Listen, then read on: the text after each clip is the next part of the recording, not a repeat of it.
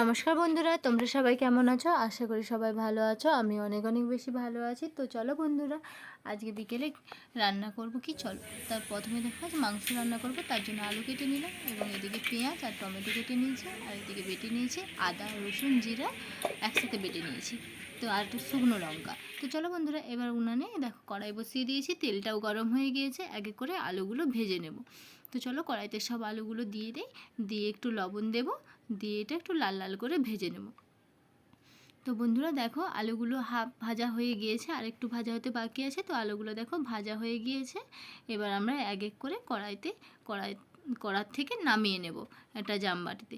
তো বন্ধুরা আলুটা তেল থেকে ছেঁকে নেব এবং ওর মধ্যে আরেকটু তেল দেব, দিয়ে লঙ্কা তেজপাতা ফোড়ন দিয়েছি, তার মধ্যে পেঁয়াজ কোচানো দিয়েছি। তো এবার ওর মধ্যে পেঁয়াজটা হালকা ভাজা হলে টমেটোটা দিয়ে দেব। হালকা হালকা ভাজা হয়ে গিয়েছে, এবার ওর মধ্যে টমেটোটা দিয়ে দিলাম, দিয়ে এবার একটু ভাজতে থাকবো, আর চাইলে একটু লবণও দেবো। লবণ দিলে টমেটোটা গলে যাবে। তো লবণটা দিয়ে এবার একটু নাড়াবো, ভাজা ভাজা করব এবং এর মধ্যে দিয়ে দেবো আদা রসুন আর জিরে বাটা, যে মিশ্রণটা ছিল ওটা দিয়ে দেবো। শুকনো লঙ্কা বাটা ছিল, আমার গুঁড়ো লঙ্কা বাড়িতে ছিল না, তাই আমি শুকনো লঙ্কা বেটেছি।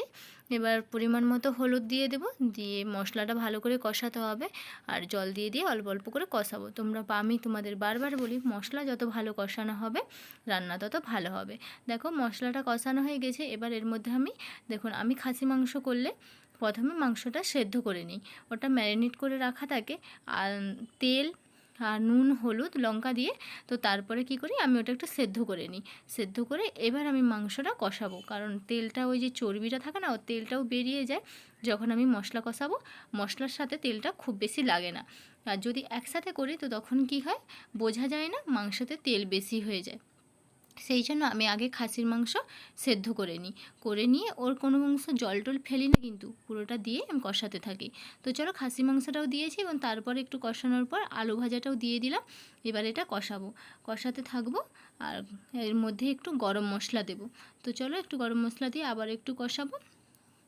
বারবার আমি একটা কথাই বলি, যে কষানো যত ভালো হবে রান্না তত ভালো হবে। মশলা কষানোর কাছে রান্নার সমস্ত স্বাদ।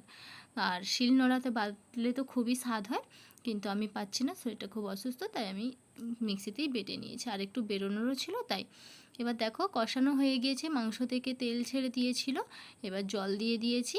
এবার এটা ফুটার অপেক্ষা। তো বন্ধুরা তোমরা ভিডিওটা অবশ্যই পুরোটা দেখো, আর লাইক শেয়ার কমেন্ট করো। ধনেপাতাও দিয়েছি অল্প একটু, এই দেখো ফুটে উঠে গেছে। তো এটা ফুটবে পুরো, আর উনুনে বসিয়ে রান্না করব। তো বন্ধুরা এটা ভালোই সুসিদ্ধ হয়ে গেলে আমি নামিয়ে নিচ্ছি। ততক্ষণ বন্ধুরা তোমরা পুরো ভিডিওটা অবশ্যই দেখো, লাইক শেয়ার কমেন্ট করো, চ্যানেলে নতুন হয়ে থাকলে একটা সাবস্ক্রাইব করে দিও। তো বন্ধুরা টাটা বাই বাই।